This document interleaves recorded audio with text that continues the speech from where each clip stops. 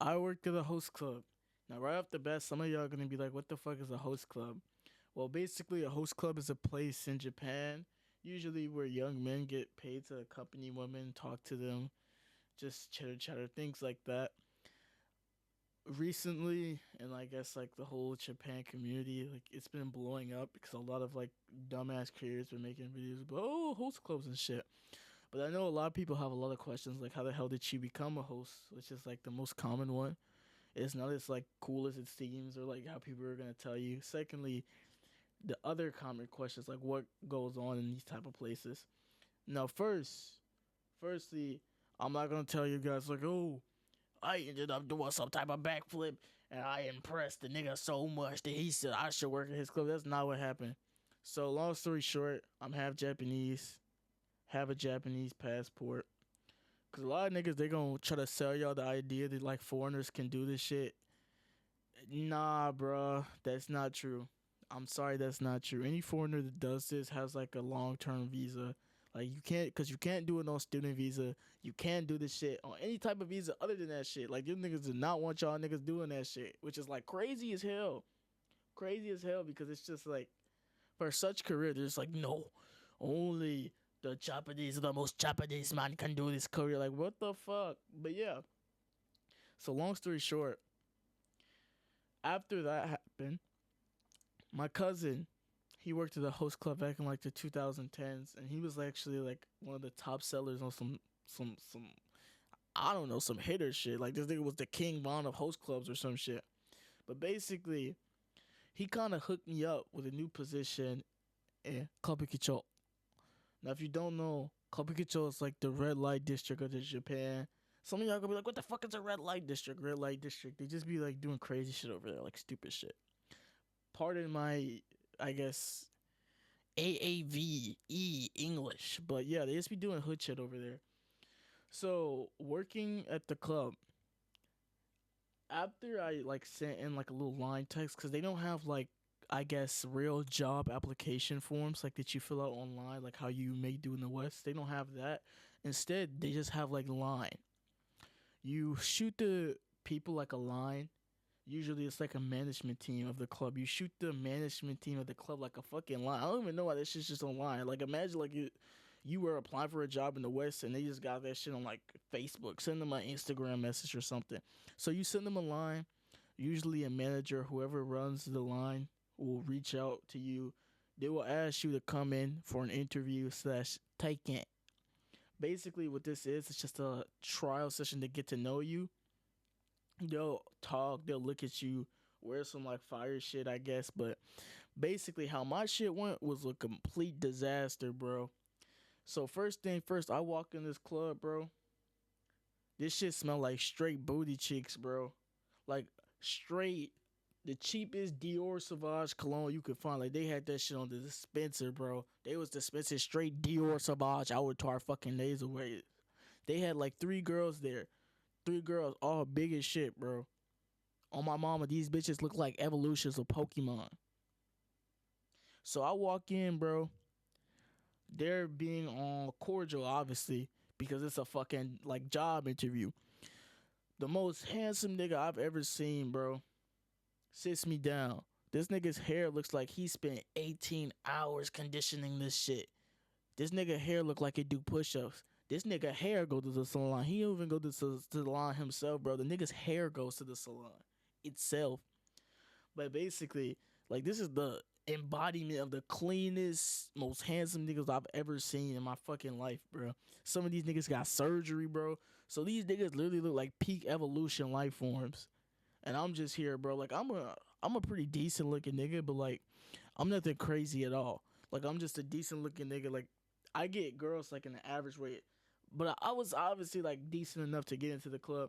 So I talk to them, go through a little spiel, all this type of shit, and they actually really like me because they were like, "Oh, you're very charismatic, this, and that." And plus, being half black is kind of like a feat because like being able to speak English and stuff like that really draws in customers, those evolutionized Pokemon ass customers. But cut to the next point.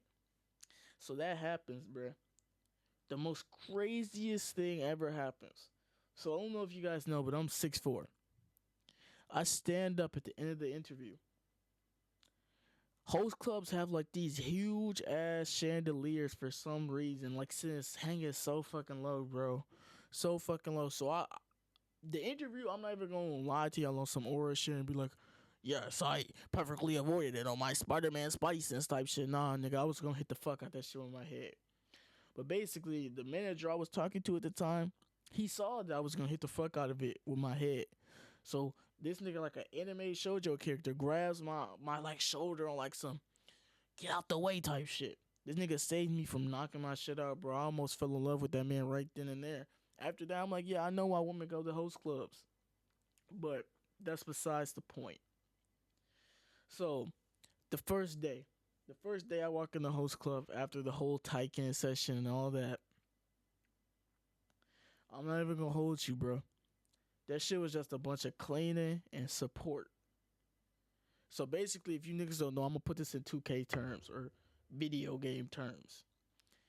A lot of the tables, bro, you have the main nigga, like the main host. He's like the leader of your team. Like, let's say you playing Naruto Storm 4, he is the leader of your team, and you have two subs that you can choose from. I was one of those subs. A sub basically just sit there and wingman this nigga and like make him look better. Like you just be laughing at jokes, be like making yourself look funny as fuck. Well, he there with his bitch. Because the thing about host clubs is they give them like a book. They give the girls a book so they can choose from of which dudes that they like the most. So like let's say your homeboy, your coworker, she like him the most. You just gonna be sitting there making a straight fool of yourself. Straight fool of yourself while he's just sitting there looking all cool and you basically just dick right at him, bro.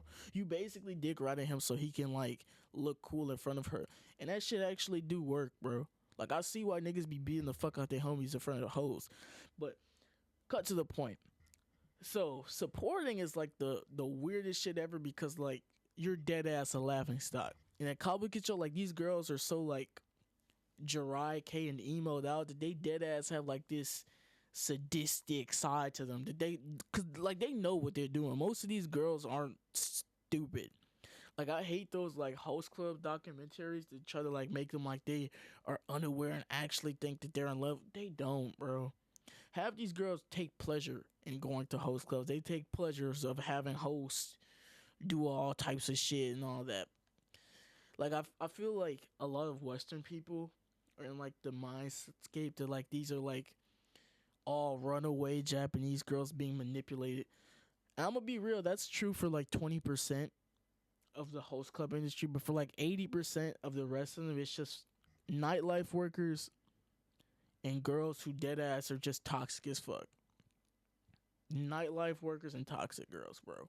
I swear to fucking God. The most toxic woman you will ever find will be at these club establishments having these niggas do straight sadistic shit. Because that's the thing about being a host that people don't say is that you have boundaries that you kind of can't like say or do. So basically, some girls they go in there straight on dick, like they go in there straight trying to rage bait you because they want to see you break character. They want to see you, and like that's why I kind of get like frustrated when people are like, "Oh, I would love to do that. It's so easy." Being a host is like one of the most hardest, difficult things. Either imagine you sitting across from a girl who's literally rage baiting you. She paid the money to have the session with you, but half of it's just rage baiting. Basically, you're playing a video game with her, walking on thin ice so she can buy you more shit. If you say the one wrong thing that she didn't like, you're finna get in a fucking argument now. That you're gonna have to try to order yourself out. And that's one thing people don't really talk about in like the host nightlife scene at all. It's sales as well. If your ass is not like in like the top 20% of sales, you're basically the shop's bitch, bro. You're basically the shop's bitch. Like no one's gonna call you a bitch. Somebody might call you a bitch, but they're gonna treat you like a bitch. Like anything you could low key be like talking to your girl that you have who chose you, and they don't give a fuck, bro. They really don't. Nearly, you ain't gonna make that much money anyways. If you're not one of like the top 20% of hosts, if you're not on the host two rankings as like the top 20, bro, like you're literally a bum at the club, bro. You're the nigga that they're sending to do errands. You're the nigga who's walking to the convenience store and getting shit for the guys while they sit in the club. That's what I say. Real top hosts, bro, they either never in the club at all. You will not even see them niggas at all. You not even gonna see them, bro.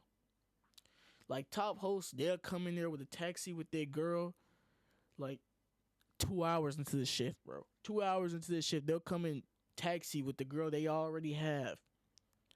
Sit there for her for like 3 hours. Leave back out. The niggas who don't be selling be the niggas who be in the club all the time.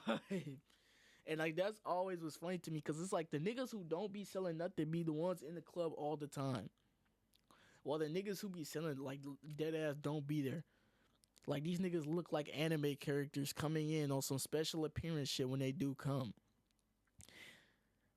But on the other hand, some people are gonna be like, "Oh, well, that's good and all, but did you crack these girls?" And all I'm gonna say is, you'll get to know that in part two. Like and subscribe.